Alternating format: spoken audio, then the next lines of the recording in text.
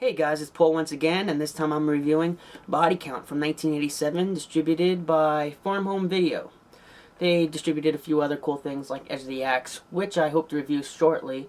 This movie is not to be confused with the Deodato film with the same name. I thought this was going to be the Deodato film when I ordered it, but I got this one instead. But I wasn't too disappointed after watching it because it's really not that bad a movie. From the look of the artwork, it's kind of abstract, kind of weird. We have a girl laying on the beach, it looks like, on a dollar, a few ghostly looking people in the background, and a guy in a straitjacket. It comes off as a slasher movie almost on the cover.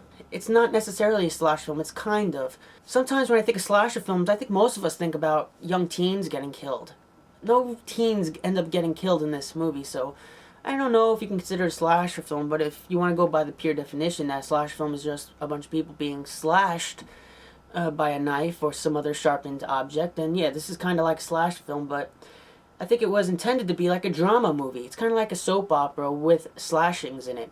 On IMDb, the genre listed is drama. I can understand why they might put it like that, because the main plot seems to be centered around this millionaire family that's very corrupt. The murders just seem to be just a matter of circumstance, like it just had to happen that way. Like, it's not about the murders, it's about mostly this family. So I could see why it might be labeled as a drama, but this video store clearly went by the box art and labeled it a horror movie. The movie is about this guy who was in seminary school, but he was kicked out and thrown to a psychiatric ward by his rich uncle, whose name is Uncle Charles. That's how he's referred to in the movie. And the uncle threw him into the psychiatric hospital because Robert wants to do something with the company, make the business practices more ethical. And Uncle wants nothing to do with Robert, so he pretty much pays off the doctors to keep him in the psychiatric hospital. The whole time Robert's in the hospital, he pretends he's like a priest, talking about God and preaching and all this stuff. While he's in the psychiatric hospital, he's always complaining about his uncle, saying how his uncle's a sinner because he killed his father, raped his mother, and killed his uncle, I think. So he wants to get back at his uncle. His uncle rather see Robert dead, but instead he had him thrown to the psychiatric hospital for now. Robert, because he's so pissed at his uncle, wants to escape the hospital and get revenge on his uncle. The only way he could do that is by killing a few people in the process. He kills the head nurse. Now this nurse is kind of mean, so you don't feel bad for the nurse when she does die. So he escapes the hospital and he's going out to look for his younger cousin to spend time with her because he feels she's the only pure person in the family. So he pretty much goes and kind of kidnaps her. She thinks he's just there to pick her up from ballet. And he kills the chauffeur, who's supposed to pick up the girl, but the girl doesn't know that he killed the chauffeur originally. And he takes her out. In the process, he kills a few people. He takes her to a soup kitchen, like a Catholic soup kitchen, where they feed the homeless. And then when one of the homeless people realize, oh, this is the guy on the run from that psychiatric hospital, he kills him. He stabs him. So a few stabbings in the movie. They're not really gory. You do see knife penetrations. You do see blood, but it's not gutsy, gory kind of stuff. It's just a single shot on the knife inside the stomach, and that's pretty much it. Like I said, this is not really intended to be a slasher film, I don't think. I think it's more or less revolves around the story. After that, he takes the girl to a hotel, and they spend the night there. He's pretty much plotting his revenge against his uncle. While he's at the hotel, the girl's put to sleep, and the hotel manager goes into the room and gets Robert to go to one of her rooms. Now you find that she's a prostitute. He pretty much says, no, I'm not interested, I'm here with my cousin, we just want to spend the night and go in the morning. And she keeps trying to come on to him because she wants him to pay out. And she pretty much says, listen, if you don't pay me now, I'm going to call the police and say you're a pedophile because you have that young girl in the other room. He gets totally offended and he kills her, the prostitute.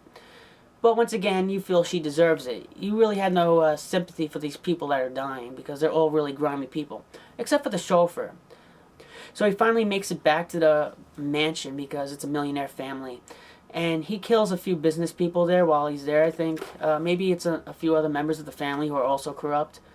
It's at that time you find out that the uncle is paying one of the detectives who is looking for Robert to kill Robert. If you see him, he says, if you see him, just take care of it. I'm going to pay you 10 grand now and I'll pay you 10 grand after you do it. It's not clear whether he takes the deal, but later we assume so. And we'll get to that in a second. But he kills a few people. His aunt, I think it's his aunt, she finds some of the dead bodies. She's like, oh crap, Robert's here. And then a light bulb goes off in her head. She's like, listen, I could kill Charles and I would inherit his money, so let's go do that. And she goes to Charles, stabs him, and she pretty much wants to blame it on Robert. The weird thing about this is that Robert wanted to kill him anyway. So why'd you have to go and kill him? Just wait for Robert to do it. I don't understand why she didn't just do that in the first place. Maybe she wanted to have the pleasure of killing him herself. But she pretty much goes to Robert saying, listen, Robert, I know you want to kill Charles. I want him dead too. He's corrupting the family and all these things. And she's already corrupt, as you can tell. She gets him to pick up the knife. But she just wants his fingerprints on the knife so she could frame him. After he picks up the knife, she's a bad shot. She doesn't end up killing him. She uses up all her rounds and she misses half the time and he doesn't die. She shoots him in like the arm or the leg. When she finds out she's out of rounds, she's like, oh crap. What am I going to do? My plan kind of went sour. He chases her up the stairs. And what happens next is that the detective is on the other side of the door. He can't open the door, but he hears a scuffle going on downstairs. And he shoots the door to shoot the lock off the door. And by accident, he shoots the aunt, if it is the aunt. He shoots her, killing her. And then he sees Robert. And he kills Robert because I guess that's what he was paid to do. And then he finds out from another officer at the scene, listen, Charles is dead too. And the detective is all super pissed. He's shooting random rounds at the walls and stuff. And because now, he killed Robert for pretty much no reason because he's not going to get any money from it. That's pretty much how the movie ends. The young girl, she's fine. What happens is that the maid, who is also a very pure character in the movie, she's a really sweet person, the maid in the mansion. She pretty much takes the young girl, and I guess they live happily ever after. You see them both on a bus at the end of the movie, and I guess they drive off into the sunset together. So that's Body Count. Not really, not your typical slasher movie in the slasher style, but you do get some slashings. And what I love about this movie is not necessarily the plot. The plot is nothing special, but I love the character. Our main character, Robert, is such a weird character. He's always happy. He's always talking with a smile, and he always delivers his lines as if he were a priest. And I kind of love that about this movie. Weird thing about him is that his skin tone is a little dark, and the rest of the family is all white. So you kind of feel like he's out of place. Also, I don't know how that happened. It's kind of weird. I think the actor did a great job portraying this very serene, very religious character who's on a mission to kill his uncle, to erase the sin of the family, and to move on. So don't expect blood and guts in this movie. You're not going to get any of that. You are going to get blood and all that good stuff. There's one famous person in the movie. He's actually not a headliner on the cover. That's Dick Sargent.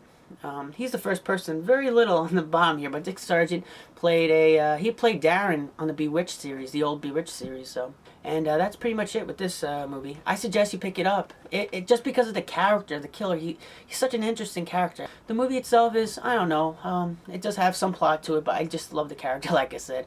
But I suggest you take a look at it. And this has been Paul, and my next review is going to be Junior under Prism Entertainment. I think a lot of people have seen that movie.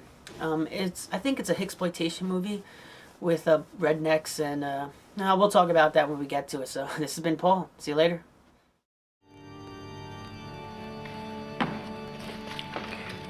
This is Amos chapter 4.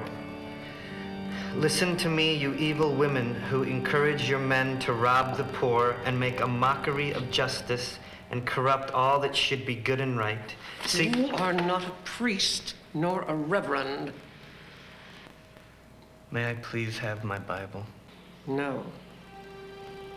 Disturbs you. Now, get those clothes off.